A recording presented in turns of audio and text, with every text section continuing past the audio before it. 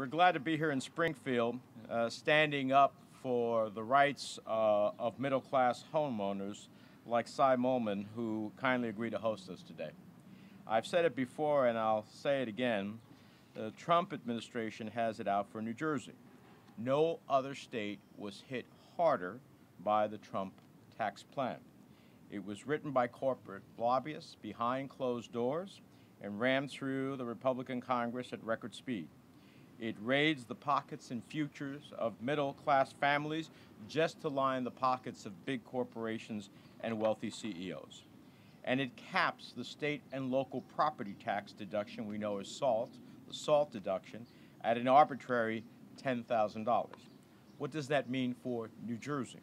It means up to 40%, or 1.8 million New Jersey taxpayers will face a higher property tax burden.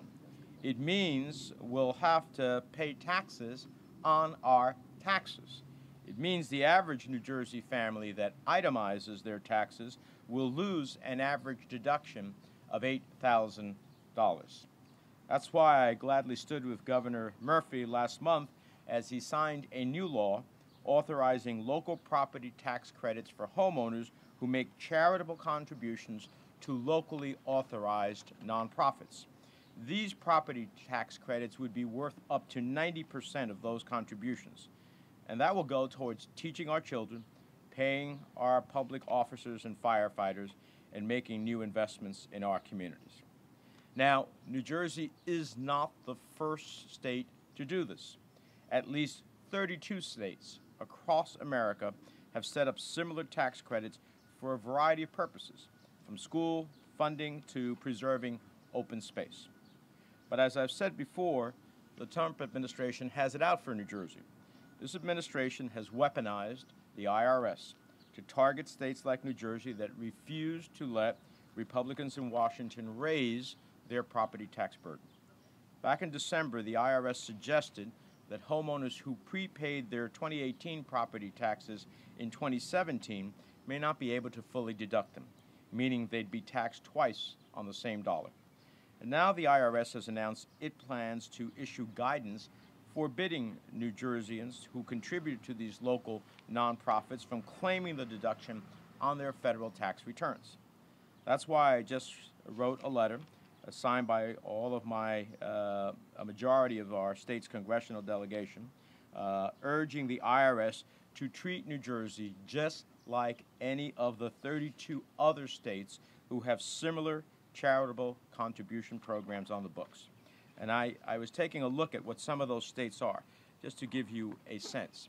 It's not all of them, but just to give you a sense.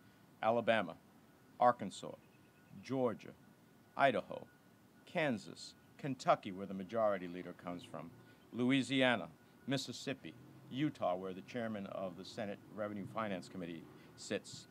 So let's be clear. The property tax deduction isn't just important to homeowners, it matters to every family across New Jersey. Letting homeowners deduct their property taxes from their federal income taxes is a common sense way to reward states for making smart investments in education, in public safety, in infrastructure, and economic opportunity for all. That's why we're thrilled to be joined by the past president of the New Jersey Realtors, who is here with us today. These investments help make New Jersey a great place to live, to work, and raise a family. But you don't have to take my word for it. Just 2 weeks ago, Save the Children, a well-known organization, named New Jersey the #1 place in America to raise a child. Well, I want it to stay that way, and that means we need to protect the investments that make New Jersey great. I'm sick and tired of the Trump administration's broken promises and double standards. They borrowed $2 trillion from China to lavish corporations with huge tax cuts and sold Americans false promises of higher wages and better jobs. But after promising us the sun and the moon here on planet Earth, we've seen what's really happening. Corporations aren't using their windfall to raise wages or create new jobs. In fact, since the Trump tax plan took effect, they spent over $470 billion buying back their own stock. Just last month, the United States posted the largest budget deficit since 2009. And 2009, that was back when the financial crisis sent our economy into free fall. Likewise, President Trump said that everyone would get a tax cut, when in truth, more New Jerseyans will face higher taxes in 2018 than Americans in any other state. All because the GOP tax plan increased the property tax burden on hundreds of thousands of New Jersey families.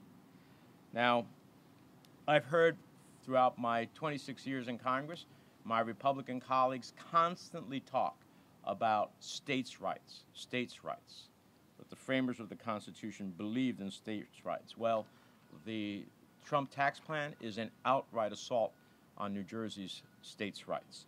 By gutting the property tax deduction, Republicans have capped the rights of states to set their own tax policies and protect hardworking people from getting taxed twice. And now, the Trump administration has weaponized the IRS to go after New Jersey for something 32 other states already do. It's wrong. It's un-American. We're not going to take it. That's what I told the new nominee to be the IRS commissioner. He was in my office as a member of the Senate Finance Committee. Nominees come around to talk about what they'll do if they get confirmed.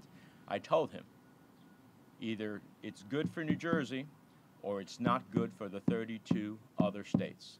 We're not going to accept a double standard. So either you're going to let New Jersey do this, or we're going to insist that your rulings affect the 32 other states.